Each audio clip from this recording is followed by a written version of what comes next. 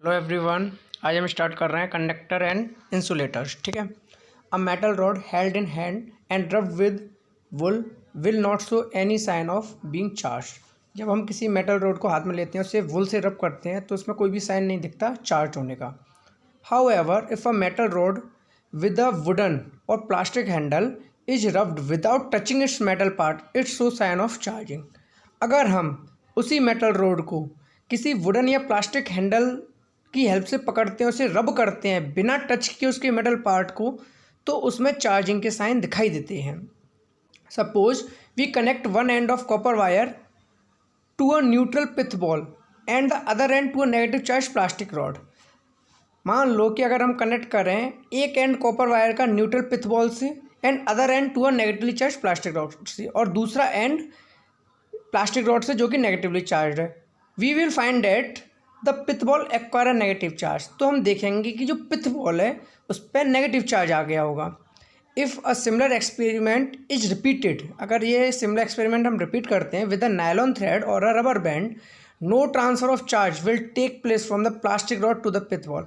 अगर हम यही सेम एक्सपेरिमेंट करते हैं, कैसा एक्सपेरिमेंट कि हम पिथ बॉल को नायलॉन या रबर बैंड से कनेक्ट करते हैं, किसके साथ? प्लास्टिक रॉड के साथ, तो कोई भी ट्रांसफ़र चार्ज का नहीं होता।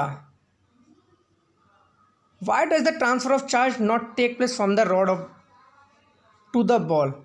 अब इसमें पूछा जा रहा है कि ट्रांसफ़र जो है चार्ज का वो क्यों नहीं हुआ बॉल के पास रॉड की तरफ से। ठीक है, तो ये some substance readily allow passage of electricity through them, others do not. Those which allow electricity to pass through the easily are called conductor. जो भी सब्सटेंस है, जो भी चीज़ इलेक्ट्रिसिटी को पास करने के लिए अलाउ करती है, हम उसे क्या कहते हैं? Conductors. They have a electric charge electrons that are comparatively free to move inside the material.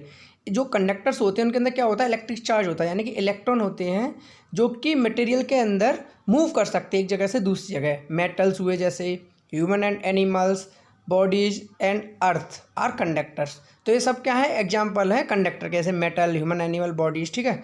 Most of the non metals like glass, porcelain, plastic, nylon, wood offer high resistance to the passage of electricity through them, ये क्या करते हैं? Electricity को पास नहीं करने देते। इनका high resistance होता है। रेजिस्टेंस मतलब क्या? जो कि फ्लो ऑफ इलेक्ट्रॉन को या इलेक्ट्रिसिटी को रेजिस्ट करता है, उसे हम रेजिस्टेंस कहते हैं। They are called insulator. तो जो इलेक्ट्रिसिटी को पास नहीं करने देते, जिनका हाई रेजिस्टेंस होता है, उन्हें हम क्या कहते हैं? Insulators. Most substance fall into one of the two classes stated above. Most of the substances जो होते हैं वो इन दो क्लासेस में आते हैं, या तो इंसुलेटर होगा या फिर कंडक्टर होगा। ठीक है। When some charge is transfer to a conductor, जब भी कोई चार्ज ट्रांसफर किया जाता है कंडक्टर को, it readily gets distributed over the entire surface of the conductor. तो जैसे ही किसी कंडक्टर को चार्ज मिलता है, तो क्या होता है कि वो चार्ज कंडक्टर के एंटायर सरफेस, यानी कि पूरे सरफेस पे क्या हो जाता है? डिस्ट्रीब्यूट हो जाता है। In contrast if some charge is put on an insulator it stay at the same place. अगर सेम तरीके से अगर चार्ज इंसुलेटर को दिया जाता है, तो वो एंटायर सरफेस पर डिस्ट्रीब्यूट नहीं होता, वो सिर्फ उसी प्लेस पर रह जाता है, stay at the same place. You will learn why this happen. हम अब तुम इसे देखोगे कि ये सब क्यों हो रहा है, why this happen, in the next chapter. ये सब आपको नेक्स्ट चैप्टर पता चलेगा कि ये सब क्यों हो रहा है। This property of material tell us why a nylon or plastic comb get electrified on combing dry hair or on rubbing. ठीक है, तो ये प्रॉपर्टी है मटेरियल की। कौन सी? कंडक्टर की भी प्रॉपर्टी पढ़ी हमने, इंसुलेटर प्रॉपर्टी पढ़ी कि कंडक्टर क्या करता है? चार्ज को डिस्ट्रीब्यूट कर देता है, लेकिन इंसुलेटर क्या करता है? उस चार्ज को वहीं रखता है। तो इसकी हेल्प से हमें पता चलता है कि जो नायलॉन और प्लास्टिक कॉम्ब होते हैं वो किस तरीके से इलेक्ट्रीफाइड हो जाते हैं। But a metal article like spoon does not. लेकिन जो मेटल आर्टिकल्स होते हैं जैसे कि स्पून, वो चार्ज नहीं होती। The charge on metal leak through our body to the ground so as both are conductor of electricity. देखो, जैसे हमारे हाथ में क्या है? कोई मेटल है। अब जैसे ही हमने उसे रब किया, चार्ज करने की कोशिश की, तो पहले तो चार्ज क्या करेगा? उस मेटल के अंदर डिस्ट्रीब्यूट हो जाएगा। उस मेटल के अंदर डिस्ट्रीब्यूट होने की वजह से हमारी बॉडी में आ जाएगा, और हमारी बॉडी से होता है वो अर्थ में चला जाएगा। यानी कि जो चार्ज बॉडी पर आया वो क्या हो गया? ट्रांसफ़र हो गया, वहाँ पर रुका ही नहीं, इसलिए बॉडी चार्ज ही नहीं हुई।